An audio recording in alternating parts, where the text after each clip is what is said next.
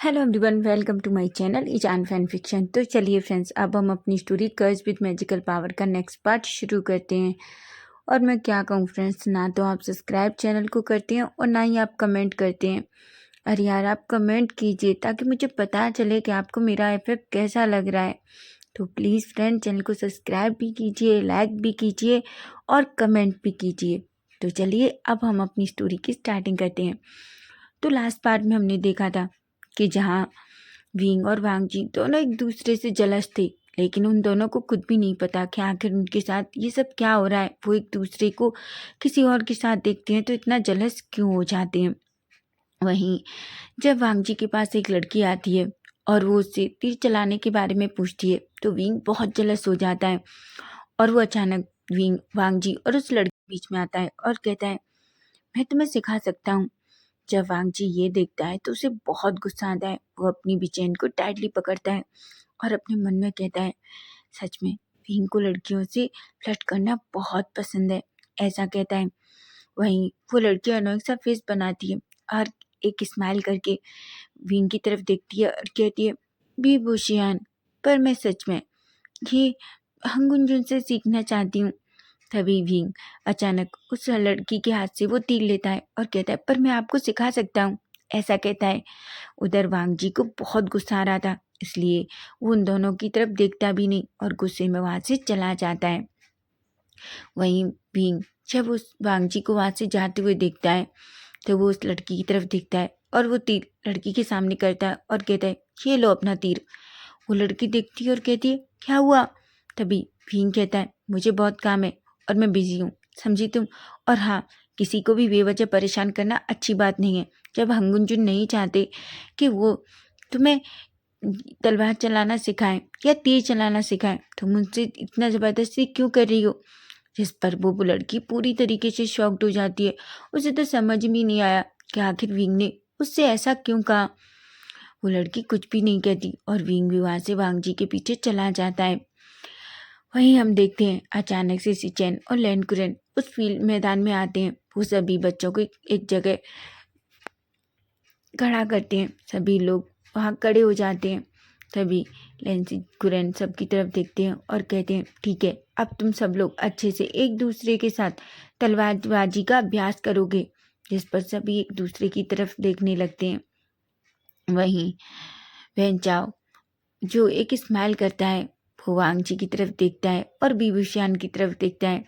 तभी वो कहता है, क्लैन लीडर, क्या मैं बीबूशियान के साथ अपना पेयर बना सकता हूँ।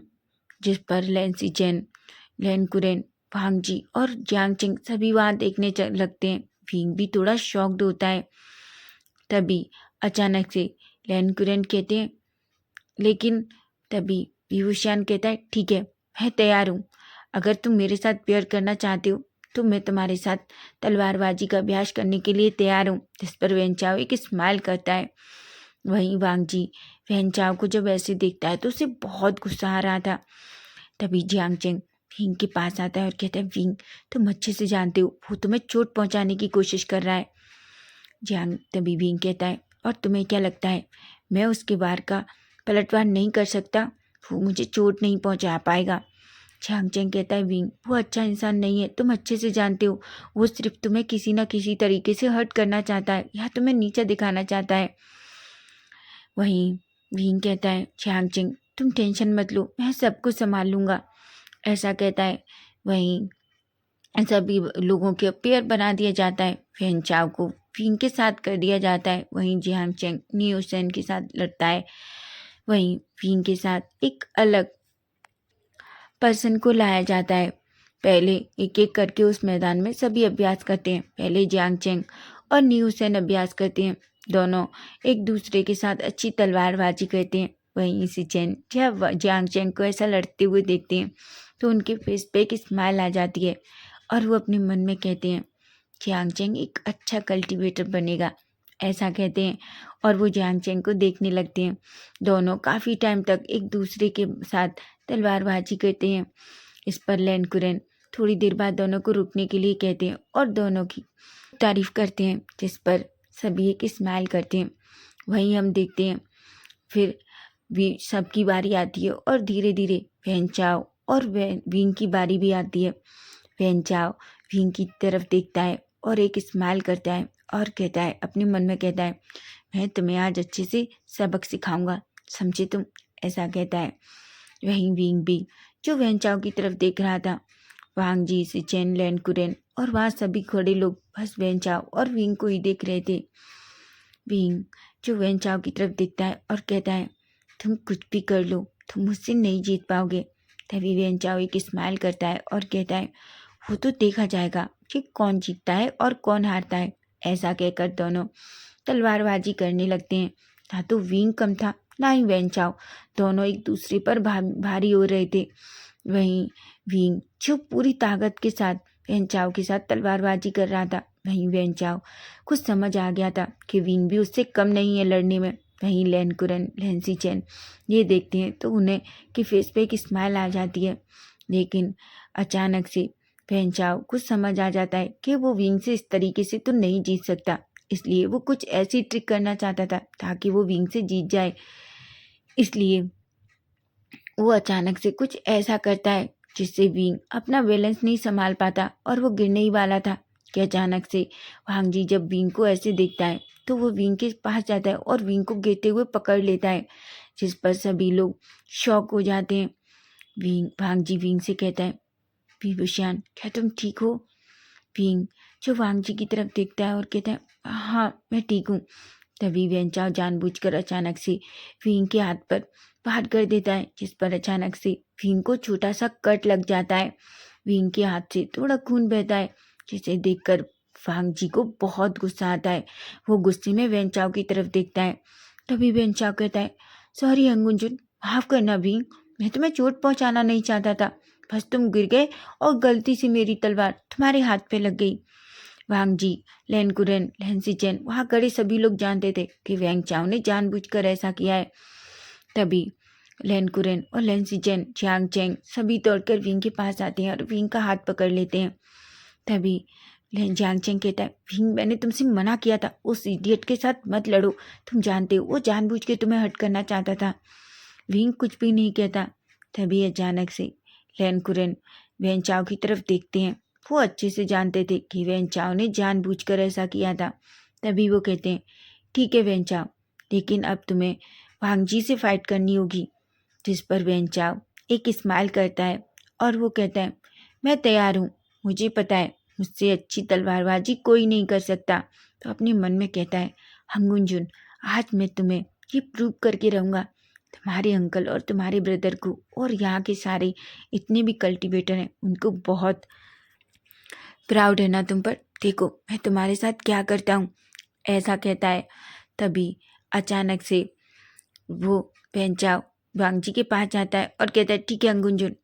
तभी वांग जी कहता है, ठीक है मैं तुम्हारे साथ फाइट करने को तैयार हूँ। सभी लोग धीरे धीरे दूर जाने लगते हैं। जियांग चेंग विंग को पकड़ता है और वो विंग को दूर ले जाने लगता है। तभी अचानक विंग वांग जी का हाथ पकड़ लेता है। वांग जी जो विंग की तरफ देखता है, तभी विंग कहता है, वांग जी, तुम अच्छे से जानते हो पेंचाओ धोखा देता है, इसलिए प्लीज़ अपना ख्याल रखना। वांग जी विंग की तरफ बड़ी बड़ी आंखों से देखता है। विंग कहता है, वांग जी, मैं नहीं चाहता कि वो तुम्हें चोट पहुंचाए।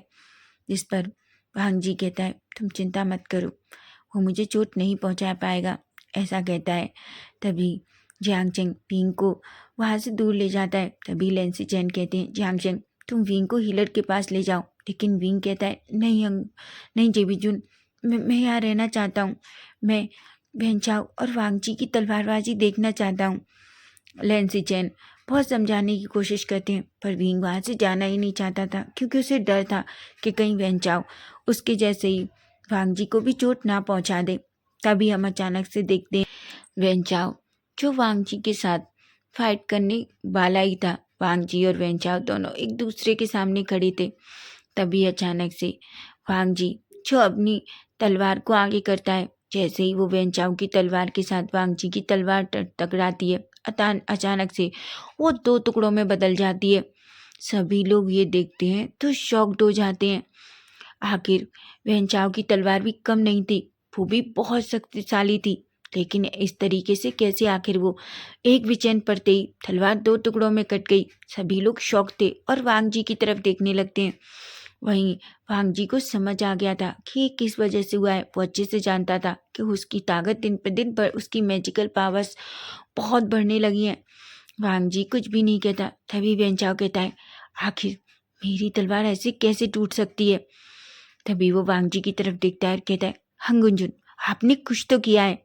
वांग जी जो कुछ भी नहीं कहता। तभी लेंसी चैन देख पा रहे थे कि वेंचाओ किस तरीके से वांग जी के पास चपटने की कोशिश करता है कि वो अचानक पास आ जाते हैं और कहते हैं, इसमें वांग जी की गलती नहीं है वेंचाओ। वेंचाओ कहता है, पर जेविजुन आप अच्छे से जानते हैं वांग जी ने कुछ तो किया, वरना मेरी तलवार इतनी आसानी से नहीं टूट सकती थी। तभी लेंसी चैन कहते हैं, लेकिन यहाँ खड़े हर सदस्य ने देखा तुम्हारी तलवार भांग जी की विचेन को नहीं झेल पाई, इसलिए वो टूट गई। जैसे ही ये सब थे उधर विंग भी थोड़ा शौक था, आखिर ऐसा कैसे हो सकता है। वांग जी अपनी शक्तियों को दिन पर दिन कंट्रोल करने की कोशिश करता है, लेकिन अब धीरे धीरे वांग जी की जो पावर्स हैं वो सामने आने लगी थी। वांग जी कुछ भी नहीं कहता। तभी वांग जी वहाँ से जाने लगता है। फैनचाओ को बहुत गुस्सा आता है। वो अपनी मुट्ठियाँ बीचता है और कहता है, वांग जी देखो मैं तुम्हारे साथ क्या करता हूँ, ऐसा कहता है। वांग जी जो अचानक फैनचाओ की तरफ देखता है। वेंचाओ जो वांग जी के आंखों की तरफ देखता है तो डर जाता है। अचानक से वांग जी सीधा विंग के पास जाता है और कहता है, विंग चलो यहाँ से, तुम्हें हीलर के पास जाना चाहिए। विंग वांग जी की तरफ देखता है और कहता है। वेंचाओ जो बस दूर से विंग और वांग जी को देख रहा था, वो अपने मन में कहता है, मैं तुम दोनों को इतनी आसानी से नहीं छोड़ूंगा। वांग जी लेन वांग जी देखो मैं अब क्या करता हूँ, और बी वुशियान मैंने अभी तुम्हें बहुत छोटा सा घाव दिया है, देखना मैं तुम्हारे साथ क्या करूँगा, ऐसा कहता है। वहीं जियांग चेंग और वांग जी दोनों विंग को लेकर सीधा हीलर के पास जाते हैं। हीलर विंग की हाथ की पर मेडिसिन लगाता है और उस पर एक कपड़ा लगाता है और विंग से कहता है, इसका ख्याल रखना, वैसे चोट ज़्यादा गहरी नहीं है लेकिन फिर भी आपको इसका ख्याल रखना होगा। जिस पर विंग कहता है।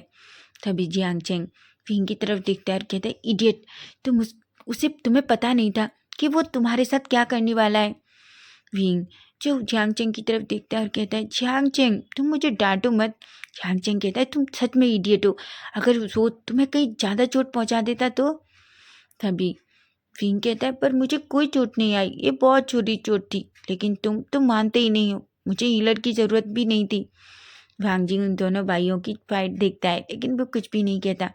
तभी जियांग चेंग के पास अचानक एक पर्सन आता है और वो कहता है कि जियांग चेंग आपको लेंसी चेन बुला रहे हैं, ऐसा कहता है। जिस पर जैसे ही वो लेंसी चेन का नाम सुनता है उसकी हार्ट बीट एकदम से फास्ट हो जाती है। विंग जियांग चेंग की बदलती हुई फेस के एक्सप्रेशन देख पा रहा था। तभी वो कहता है, क्या हुआ। जियांग चेंग कहता है, कुछ भी नहीं, शायद जेविजुन मुझे बुला रहे हैं, मैं थोड़ी देर में आता हूँ। वांग जी क्या तुम इस इडियट का ख्याल रखोगे। जिस पर वांग जी अपना सर हाँ में हिलाता है और जियांग चेंग वहाँ से चला जाता है। वहीं हम वांग जी को देखते हैं। वांग जी जो विंग के पास चुपचाप बैठा हुआ था, वहीं विंग भी जो वांग जी के फेस की तरफ देख रहा था, लेकिन दोनों एक दूसरे से कुछ भी नहीं कहते। तभी चुप्पी को तोड़ते हुए विंग कहता है, वांग जी जो विंग की तरफ देखता है। तभी विंग कहता है, वांग जी मैं अच्छे से जानता हूँ फैनचाओ की तलवार इतनी नॉर्मल नहीं है, वो भी बहुत ताकतवर थी, लेकिन आखिर वो तुम्हारी एक पिचन पड़ने पर ऐसे कैसे 2 टुकड़ों में टूट सकती है। वांग जी जैसे ये सुनता है वो विंग की तरफ देखता है। विंग कहता है, वांग जी क्या तुम मुझे नहीं बता सकते, मैंने तुमसे वादा किया है मैं कभी किसी को नहीं बताऊंगा तुमसे रिलेटेड कोई भी चीज़। वांग जी एक गहरी सी सांस लेता है। तभी विंग कहता है, क्या वो तुम्हारे कर्ज से रिलेटेड है। तभी वांग जी कहता है, विंग खर्च के साथ साथ मुझे बहुत सारी मैजिकल पावर्स भी हैं। जिस पर विंग की आंखें बड़ी बड़ी हो जाती हैं। वांग जी कहता है, हाँ विंग मेरे पास दिन पर दिन मेरी मैजिकल पावर बढ़ने लगी हैं। ये सुनकर विंग थोड़ा शॉक्ड हो जाता है। तभी विंग कहता है, आखिर तुम्हारी मैजिकल पावर्स कैसी हैं। वांग जी कहता है क्या तुम देखना चाहते हो? विंग कहता है हाँ। तभी वांग जी कहता है ठीक है रुको, ऐसा कहता है। तभी वांग जी कहता है क्या तुम कुछ फल खाना चाहते हो? विंग कहता है ऑफ कोर्स, मुझे भूख भी लगी है। वांग जी विंग को ऐसे देखता है तो कहता है ठीक है 1 मिनट रुको। तभी वो अपने सामने थोड़े दूर रखी हुई एक फलों की टोकरी देखता है जिसमें बहुत सारे फ्रूट्स रखे हुए थे। तभी वांग जी कहता है विंग तुम क्या खाना चाहते हो? विंग कहता है मैं एप्पल खाना चाहता हूँ। वांग जी कहता है। तभी वांग जी अपनी एक फिंगर एप्पल की उस टोकरी की तरफ करता है।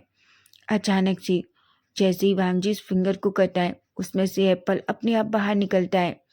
वांग विंग जैसे ही ये देखता है तो वो शॉक्ड हो जाता है। वो एप्पल अपने आप वांग जी के हाथ में आ जाता है। विंग की आंखें बड़ी बड़ी हो जाती हैं। विंग कहता है वांग जी ये क्या था? तभी वांग जी अचानक उस एप्पल की तरफ देखता है और अपने मन में कहता है इसके 4 टुकड़े हो जाएं। अचानक से उस एप्पल के फिर से 4 टुकड़े हो जाते हैं। ये देखकर तो विंग की आंखें बड़ी बड़ी हो जाती हैं। विंग कहता है वांग जी। वांग जी कहता है विंग ये तो कुछ भी नहीं है, मैं दिल में जो सोचता हूँ वो हो जाता है। वह विंग की आंखें बड़ी बड़ी हो जाती हैं। विंग कहता है वांग जी पर तुम्हारी। वांग जी कहता है विंग इस बारे में किसी को पता नहीं चलना चाहिए। विंग कहता है मैं वादा करता हूँ मैं किसी को नहीं बताऊंगा, ऐसा कहता है। तभी अचानक जियांग चेंग और लैंसी चेन दोनों उस रूम में एंटर करते हैं। तभी लैंसी चेन विंग की तरफ देखते हैं। लैंसी चेन को और जियांग चेंग को देखकर विंग एक स्माइल करता है। लैंसी चेन कहते हैं विंग क्या तुम ठीक हो? विंग कहता है हाँ जी विजुन मैं बिल्कुल ठीक हूँ, ये तो बस छोटी सी चोट थी लेकिन इस खड़ूस की वजह से मुझे यहाँ आना पड़ा। जियांग चेंग कहता है तुम इडियट हो, पता है तुम्हें, ऐसा कहता है। वहीं जेविजुन देखते हैं कैसे वांग जी और विंग दोनों एक दूसरे के करीब थे। वांग जी बस विंग की तरफ ही देख रहा था। तभी लैंसी चेन एक स्माइल करते हैं और कहते हैं ठीक है विंग पर तुम्हें अपना अच्छे से ख्याल रखना चाहिए। जिस पर विंग कहता है।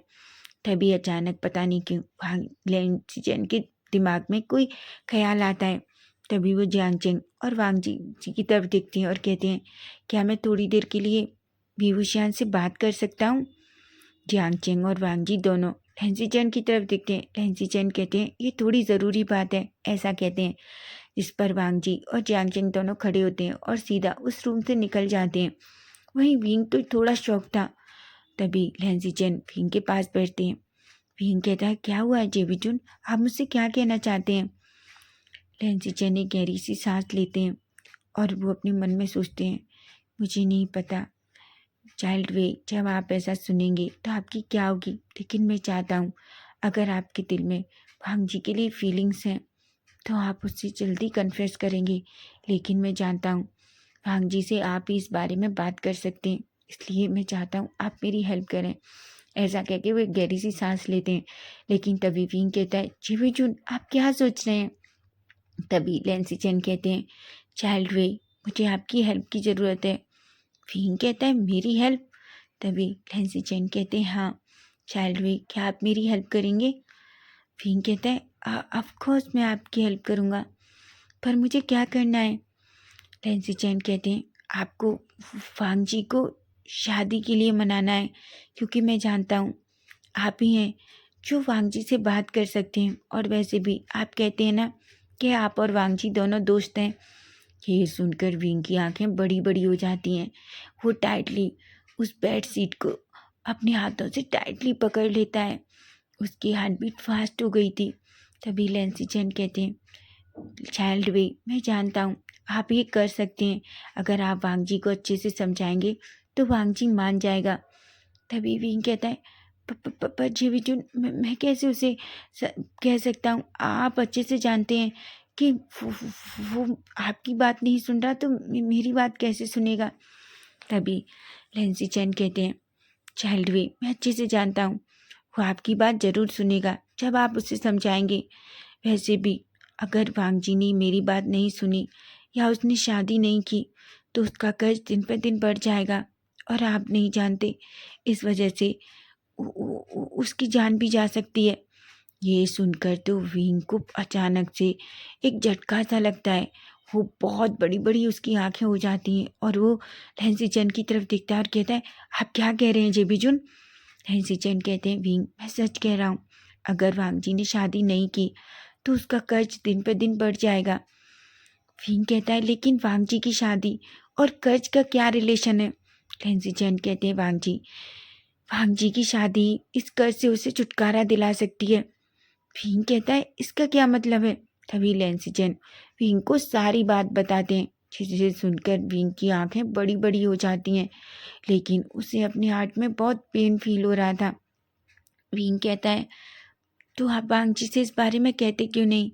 लैंसी चैन कहते हैं, तुम्हें क्या लगता है चाइल्ड वे, मैंने नहीं कहा, मैंने बहुत बार कोशिश की, लेकिन वो कोई बात सुनना ही नहीं चाहता, इसलिए प्लीज़ आप मेरी हेल्प कीजिए। भीम जो ये सब करना तो नहीं चाहता, लेकिन जब वो ये सोचता है कि वांग जी की जान इससे जा सकती है, तो वो अपने मन में कहता है, अगर शादी इस चीज़ का सॉल्यूशन है तो मैं वांग जी को ज़रूर मना लूँगा, ऐसा कहता है। जिस पर लैंसी चैन विंग की तरफ देखते हैं। विंग कहता है लैंसी चैन से कि बेजुन मैं कोशिश करूँगा, ऐसा कहता है। जिस पर लैंसी चैन एक स्माइल करते हैं और वो खड़े होते हैं और कहते हैं, ठीक है, मैं बस चाहता हूँ आप वांग जी को अच्छे से समझाएं, ऐसा कहते हैं और कहते हैं, ठीक है अब मैं चलता हूँ और आप अपना ख्याल रखना। विंग कहता है और फाइनली लैंसी चैन वहाँ से चले जाते हैं। तो फ्रेंड्स, नेक्स्ट पार्ट इसका हम कल देखेंगे। क्या विंग सच में वांग जी को उसकी शादी के लिए मना पाएगा? अगर आपको मेरी स्टोरी अच्छी लगी तो प्लीज़ फ्रेंड्स चैनल को सब्सक्राइब जरूर करना। Bye bye, take care.